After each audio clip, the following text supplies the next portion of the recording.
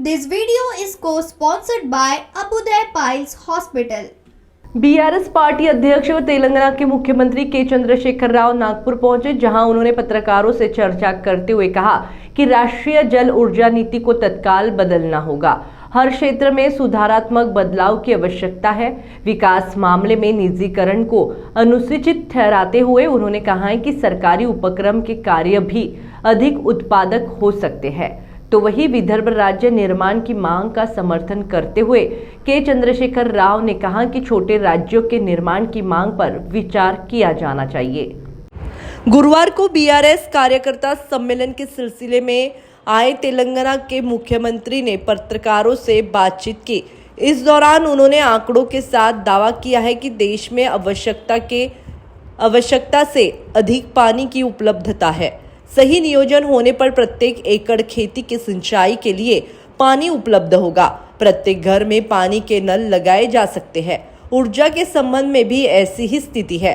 कोयला की पर्याप्त उपलब्धता है। कोयला आयात करना दुर्भाग्यपूर्ण है। कृषि उपज आधारित उद्योगों को बढ़ावा देने की आवश्यकता होने की बात के चंद्रशेखर राव ने कही। तो वही तहसील स्तर पर खाद्य प्रसंस्करण इकाई लगाई जाए। प्रति व्यक्ति आय बढ़ाने की उपाय योजनाओं पर काम हो तो देश की आर्थिक स्थिति में सुधार होगा, ऐसा भी उन्होंने कहा है। तो वही राज्य निर्माण को लेकर देश में अजीब स्थिति है। विदर्भ ही नहीं, अन्य छोटे राज्य निर्माण की मांग कर तत्काल विचार किया जाना चाहिए। अमेरिका की जनसंख्या 24 करोड़ है, वहां 50 देश है। प्रशासन का विकेंद्रीकरण होना चाहिए। तेलंगाना राज्य बनने के बाद नए जिले बनाए गए हैं। इससे नागरिकों को सरकारी योजनाओं का लाभ आसानी से मिल रहा है। तो वही अंधाधुंध निजीकरण ठीक नहीं होने की बात भी के राव ने कही। तेलंगाना में ऊर्जा का निजीकरण नहीं होने दिया, फिर भी वहां किसानों को मुफ्त बिजली दी जा रही है। चुनाव प्रणाली में भी सुधार की आवश्यकता होने की बात के चंद्रशेखर राव ने कही। बीआरएस पार्टी का स्थापना का लक्ष्य है कि आज के समय जो अनुभव 75 साल के आज़ादी में मिले हैं, उसको देखते हुए भारत में एक उच्च गुणवत्ता वाली परिवर्तन की बहुत सख्त ज़रूरत है। India needs a qualitative change. BRS will be the agent of change. हम अपने शुरुआत महाराष्ट्र राज्य से किए हैं, आगे मध्य प्रदेश, छत्तीसगढ़, उत्तर प्रदेश, हरियाणा, पंजाब में अभी नेक्स्ट कदम में जा रहे हैं, कोई हफ्ता 10 दिन के बाद।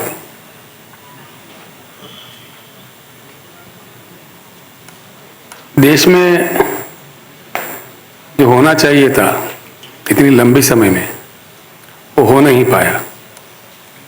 ये कड़वी हकीकत है, सच है। और जो आज भी जो हो रहे हैं वो भी सही दिशा में नहीं है। सभी तबके के लोग, सभी विभाग के लोग भी नाराज है, ज्यादा से ज्यादा लोग। अभी की आज की स्थिति अगर देश की देखें तो पूरी इकोनॉमी टाल मटोल हो गई है। निर्यात ऑलमोस्ट क्लोजर पे आ रहा है। लाखों में इंडस्ट्रीज का क्लोजर हो रहा है। Where make in India is gone, God only knows. और आयात बढ़ रही है। आयात ऐसी चीजों की जिसकी कोई जरूरत ही नहीं है, अगर काम सही पे हो जाए। क्योंकि हमारा देश एक कृषि प्रधान देश है, फिर भी हम 1 लाख करोड़ के ऊपर का पामालिन ऑयल इंपोर्ट करते हैं। लगातार कर रहे हैं, कांग्रेस के जमाने से भी करना चाहिए 100%। हमारे किसान नहीं हुआ, लेकिन वो काम नहीं हो रहा है। बाल भी जो कि बड़ी आसानी से यहाँ किया जा सकता है। उत्पादन हो सकती है, लेकिन उस पर भी सरकारों का नज़र नहीं है उस समय से लेकर आज तक। मैं किसी एक पार्टी को या किसी एक व्यक्ति को आलोचना करना मेरा इंटरेस्ट नहीं है, लेकिन आज जो सिचुएशन हमारे सामने खड़ी है, मैं appeal to all the intellectuals of this country and all the youth of this country that we need a qualitative change. We have the experience of the globe. Wherever leaders went out of box और कड़ी मेहनत करके कुछ करने का प्रयास किया है, जैसे कि ईस्ट एशियन टाइगर्स है, जैसे कि जापान है, एशेज से रह के सेकंड लार्जेस्ट इकोनॉमी बन गया है। और सबसे बड़ी एग्जाम्पल हमारे लिए तो जिससे हमारा जियोग्राफिकल कनेक्ट है, चीन है।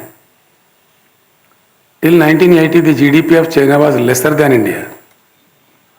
And now where is China, where is India today? China has proved, उनके कड़ी मेहनत से, सही नीतियों से, China has proved, आज के दिन में कुछ ऐसा स्थिति ला दिया उन्होंने, without China there is no world. यहाँ तक कि हमारे पतंगों के मांझा, दीपावली के पटाखे, दीपावली के दिए भी चाइना से आने लगे हैं, होली के रंग भी। ऐसी स्थिति है। जो चीज़ भारत में बन सकता है उसको भी आज भारत इंपोर्ट करने लगा है। कुछ धनवान लोग घर बना रहे तो कह रहे कि भाई कहाँ गए, चाइना गए, क्यों गए, फर्नीचर लाने गए। सोफा सेट के लिए भी हम चाइना भाग रहे हैं हमारे भारतवासी।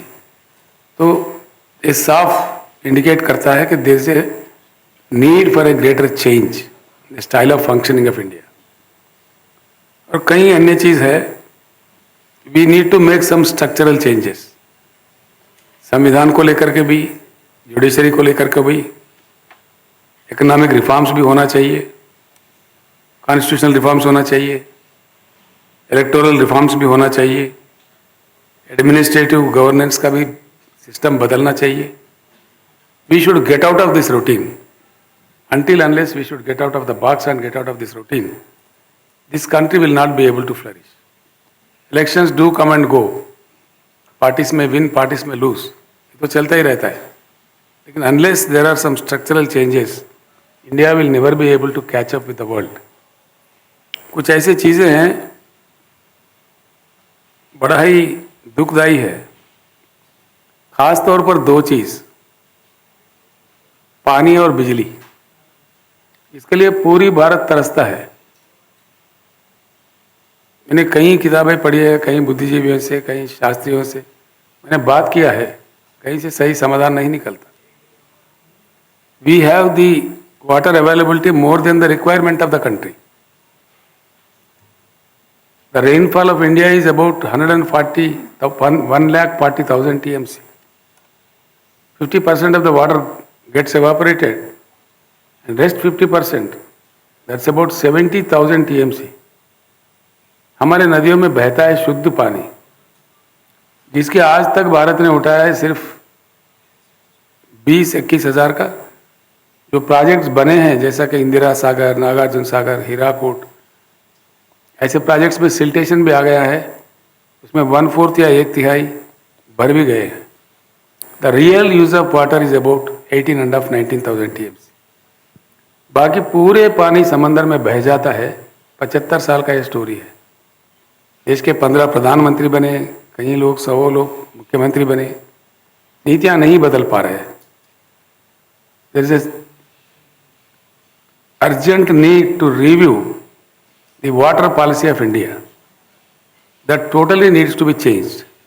New approach, new system, where we should exploit the river water for the sufficient supply of drinking water and also to the farming.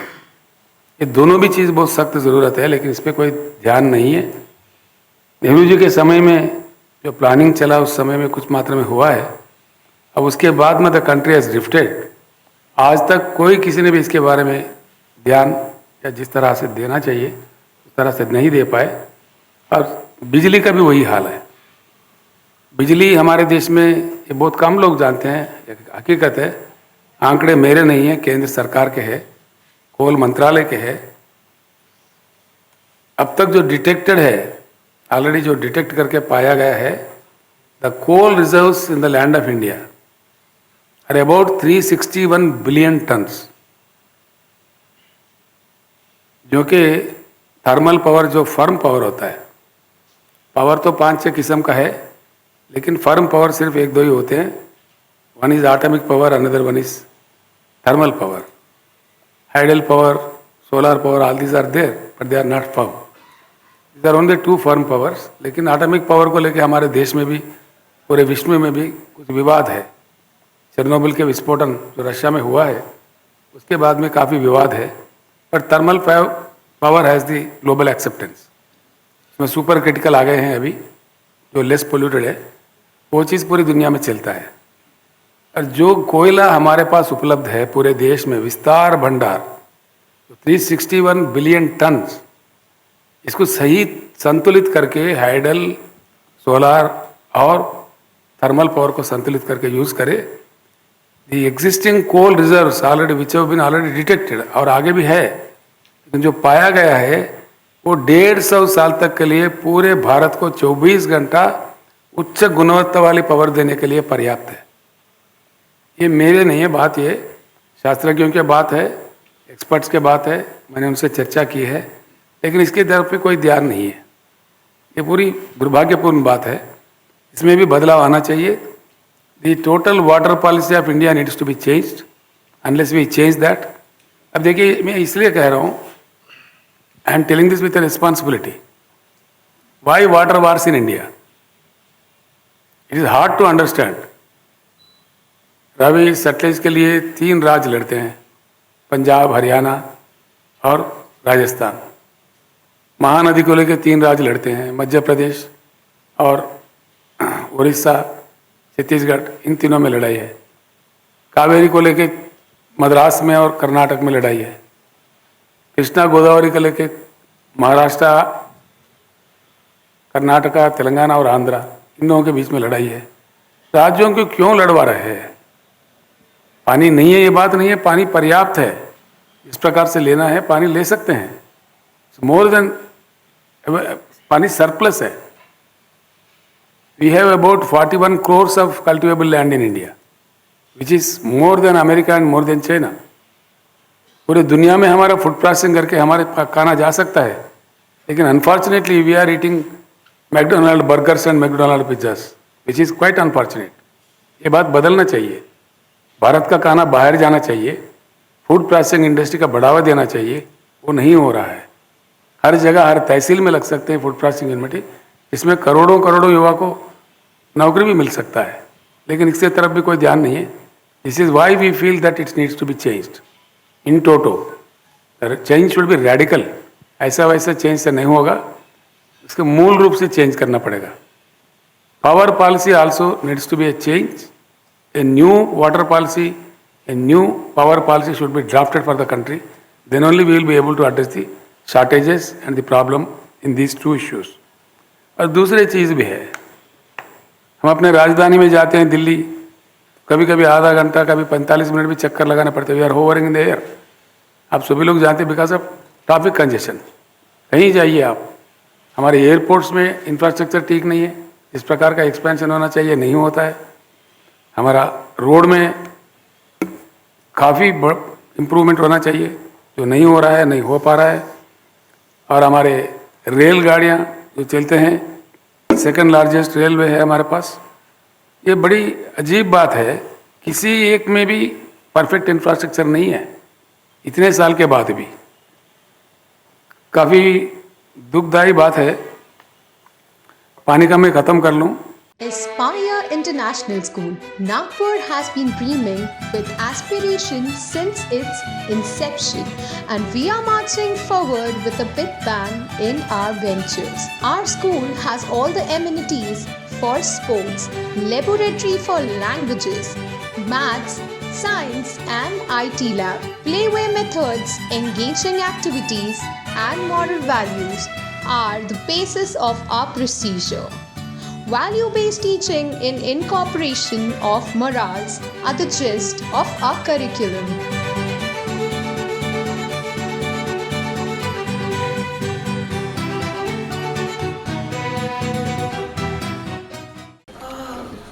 Boss ने मीटिंग बुलाई। बाहर बाहर उठो बैठो। तकलीफ उठने बैठने की नहीं, तकलीफ बवासीर की है। बवासीर फिशर भगंदर पाइलोनियल साइंस का आयुर्वेद तथा आधुनिक लेजर से उपचार। कॉल या विजिट करें www.pilesfistulacure.com।